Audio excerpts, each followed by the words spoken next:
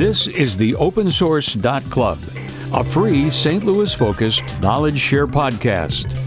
Through industry experts, entrepreneurs, personal stories, and more, we provide the information you need to achieve and thrive. Always visit our website, theopensource.club, for more details. Contact us on Facebook, Twitter, or LinkedIn. In December of 2019, Massachusetts Democratic Representative Ayanna Pressley introduced the Pushout Act. That stands for Punitive, Unfair, School-Based Harm that is Overt and Unresponsive to Trauma. With co-sponsor, Minnesota Democratic Representative Ilhan Omar, the goal of the Pushout Act is to end the criminalization of Black children in schools by awarding grants and incentives to institutions that ban unfair discipline practices that worsen the school-to-prison pipeline. Through research, these two Congresswomen found that Black girls are 7 times more likely to be suspended from school than white girls. Yet Black children only make up 16% of all U.S. public school students. This is The Justice System by The Open Source. I'm your host, Ruth Ezell. The episode is sponsored by the St. Louis chapter of Girls, Inc., where girls are inspired to be strong, smart, and bold. In a moment, Girls, Inc. Executive Director Cheryl Jones will tell us why her organization is so important to helping Black girls navigate discriminatory practices in the educational system.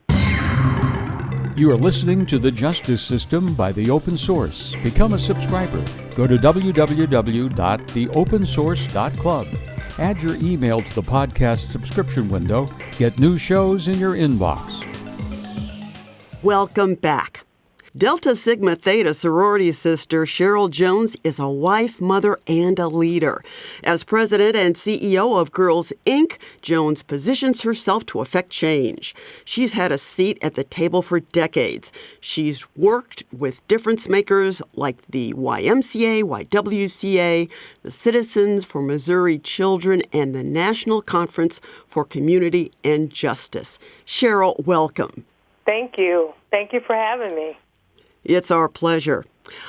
USA Today, just over a year ago, they interviewed dozens of legal experts, juvenile justice advocates, academics, researchers, and Black girls. And what they found was a recurring and very disturbing theme. Black girls are being criminalized at alarming rates. These children are crippled by negative societal stereotypes that date back all the way to slavery. But the facts show Black girls don't misbehave any more than their white peers do. So, Cheryl, why are Black girls being punished so severely? Again, thank you so much for having me. And I want to start off by saying, first, it's this notion of good girl versus bad girl. And unfortunately, many times our girls are seen as the bad girls. Society deeply entrenched expectations of Black girls influenced by racism and patriarchal views have led us to often mischaracterize our Black girls, mislabel them as how we look, how we speak, and even how we wear our hair. There is a long legacy of shame and stereotypes that influence American perception of what it is to be Black and female. Black women scholars like Patricia Hill Collins, Beverly Guy Steffo, and Melissa Harris Perry talk about these misconceptions that strip Black girls and women. One example is the sapphire, or the angry Black woman, who is loud, verbally abusive, argumentative, and always skeptical. This has led to a disparity of perception that plays out in school discipline and suspension rates. Black girls' trauma response doesn't get the same care of others. Instead of reading or thinking that Black girls' behavior is about a cry for help, it's met many times with inherent problematic and threatening views. Well, that brings me to my next question. The Georgetown Law Center published a report last year, and it concluded that black girls are what they called adultified at a young age. And because of this misperception that they are viewed automatically as more aggressive and in less need of nurturing. So why does that happen? Yes, black girls aren't just in school trying to get education. In addition to navigating these unfair stereotypes, black girls are often dealing with the realities of race, class, and gender. And they are often forced to take on and juggle multiple responsibilities. They are sometimes in situations that they're having to manage more than their peers, and they're still just children. We often see them more mature, and then that backfires, and sometimes it's mistaken as an adult. Instead of seeing them as children, we make mistakes of displaying their maturity as something that's being misread and also often premeditated and therefore threatening. The Council of State Governments Justice Center, they've come to a conclusion that the way black girls are treated in schools is directly correlated to dropout rates, and they're getting entangled in the criminal justice system. I don't know if that's been your observation as well. So, yes, it has. Black girls aren't just in school, just trying to get an education. They're also in school trying to navigate systems that are seeing them as problems.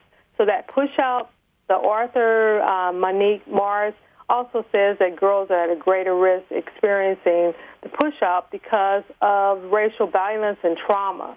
And so, again, believe it or not, at age 5 to 14, not only are girls they're less nurtured, black girls, they are less supported, and black girls many times are feeling as though that less than their counterparts, they're less innocent. So the system already sees them as an adult, and sometimes unfairly assuming their maturity is something that could be misguided and premeditated and threatening. So that's a problem. We're going to take a quick break, but when we come back, I'd like to talk to you about your work at Girls Inc.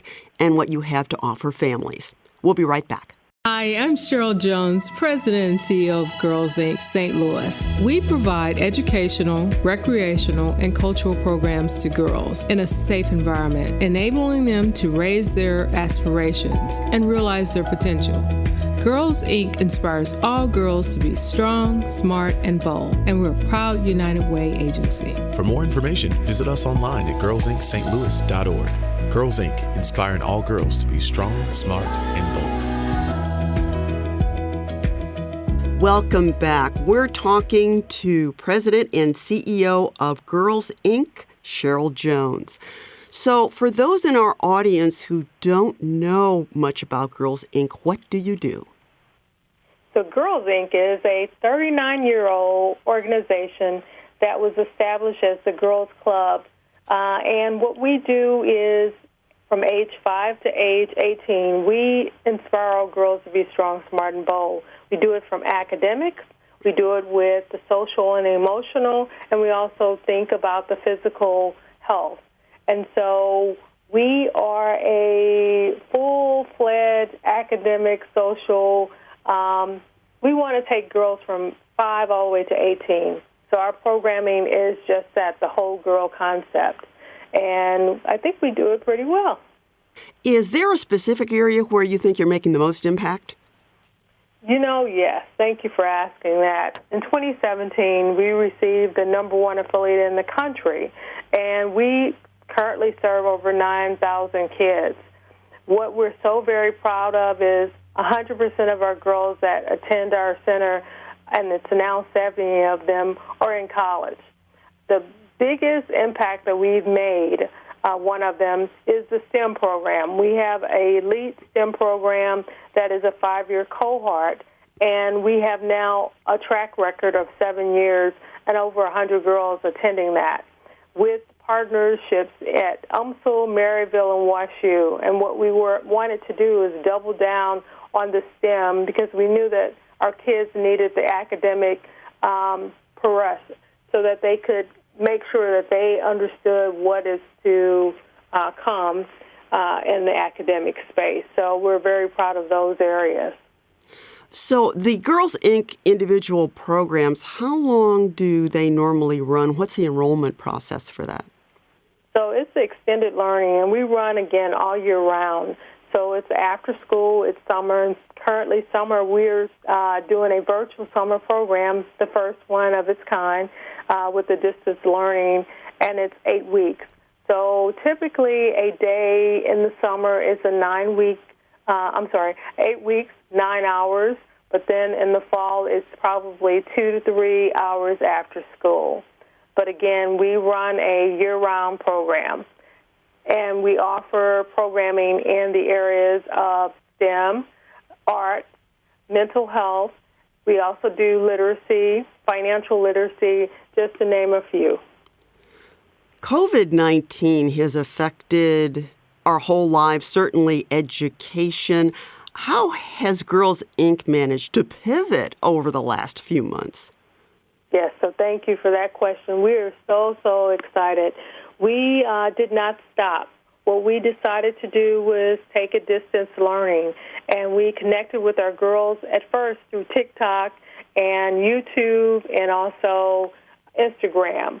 It was so important for us to continue the education, but also the connectivity, because one of the things that we're really strong in is mentoring and relationships with our girls.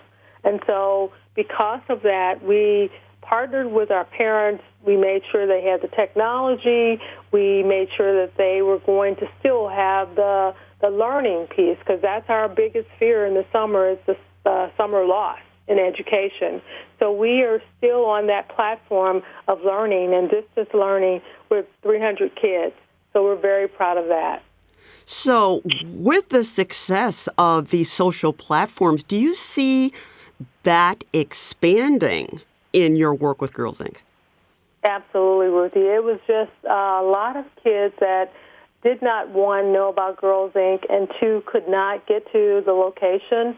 So what it did was it opened up another opportunity for us to expand our outreach into areas that we had never, ever thought of in the past.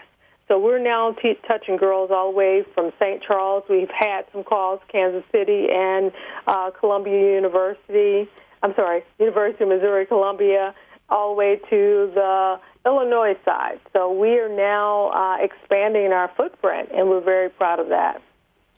I'd love to hear if you can think of one off the top of your head, a Girls Inc. success story that particularly pleases you. So I have several, but I'll pull one without saying her name. She is in her senior year. Her dad was incarcerated, and she started her own business, actually, 5 years ago. And she's now in her senior year, as I said, pre-med student hopeful next year, and she's just doing extremely well.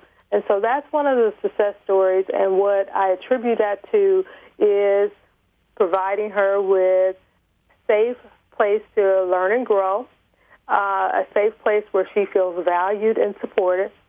We also make sure that we have trauma and sensitive conversations and spaces where they can access mental health. And then we also want to have kids be nurtured and supported and be free to be young children. And that mentorship and also leadership is also some of the areas that I think we do really well. And that's how I believe this particular young lady, because she's a young lady now, she has kind of matured and also navigated the system. She understands the systems very well, and I believe it's because of her years at Girls Inc. Are there girls who've been members of Girls Inc. who, before they joined, didn't think it was possible to pursue higher education, but now are going to college? Absolutely. Thank you for asking that question. So, again, we have over 70 girls in college, and we're very, very close to them, and we keep a close eye on them. Not only did we offer them opportunities through Girls Inc., but we've now followed them through their college careers, and we have brought them back. Some of them work for me this summer and into the fall when they're coming back for breaks for the holidays. And so we are just so excited that a lot of the girls that may have thought maybe college wasn't what they could do, we've made sure that they were supported mentally, but also financially where we could, and also just making sure that relationship, the mentor and connectivity, the relationship around once a Girls Inc. girl, always a Girls Inc. girl, they always will know that this is their home. Cheryl, I'd like to talk a little bit about your story as well. I know you are a member of Delta Sigma Theta, a very prominent sorority, one of the Divine Nine, as they say. How did that experience lead you now to being Girls Inc.? Because I can see that correlation. I'm assuming that Delta Sigma Theta actually had a big influence on your work today. It does, and it did. So Delta Sigma Theta just shared a space for me, this thing called sisterhood. Long before Delta, I was in the Boys and Girls Club, but Delta kind of solidified how important it was around relationships and also understanding how important the give back and the whole community aspect of Delta Sigma Theta has just kind of been instilled in me, and everything I do is I can't be my best if my community is not doing their best, and I have a part to play. And that's what Delta Sigma Theta taught me then and now, that I have to make sure that the next generation is bigger and better and stronger than what I had, and also I have a part to play in that. So Delta's been very, very crucial in my, I say when I was younger and now. So thank you for that question. Now I'm going to ask you to look in your crystal ball and tell me what you see as the future of Girls Inc. over, say, the next decade or so. So that's is an interesting question because we're now in our strategic planning process, and we see a place at the table that we have to take and own, is that we will need to continue to provide that access to safe and supportive spaces. But we also are going to have to do more in this race relationship and the issues, and also doing a lot more teaching of our history to our girls. We are, again, because of the distance learning or virtual learning, we're about to take our next growth from 9,000 to 10,000 kids. But I think we have a voice, if you will, for young women and young girls to make sure that when they're not at the table and Girls Inc. is being asked, we speak for them all. I mean, and I know that we're not monolithic and we don't have the same thoughts or anything like that, but when it's absent, there is no voice, no girl of color. We have to make sure that we leave room and make sure others leave room for that possibility. Girls Inc. is a training organization, I want to believe, for our next generation of leaders. So we have a responsibility of providing our young women with leadership opportunities so that they can go on and be the next president of the United States, that is, or whatever else they decide to do. So I'm just excited about Girls Inc. and the next iteration of what we're to do and what we have to do for girls of color, but for all girls in the St. Louis area. Cheryl Jones, President and CEO of Girls Inc. Thank you so much for joining us and sharing your thoughts and telling us all about your organization. Thank you for the honor. So proud. Thank you. Now, 50 plus years since the civil rights movement, we're finally having an open conversation about race and systemic racism in America. Representatives Ayanna Pressley and Ilhan Omar created the Pushout Act in response to how they were treated in school. Fortunately, they made it out. So many others do not. Organizations like Girls Inc. help Black girls be strong, smart, and bold so they can excel despite any and all negativity. This has been a Justice System episode by The Open Source. Girls Inc. sponsored this episode. I'm your host, Ruth Ezel. Thank you for listening. Thank you for listening to the OpenSource.club podcast. Become a subscriber through RSS or YouTube. There's more to come that you won't want to miss. Our name is our web address, theopensource.club.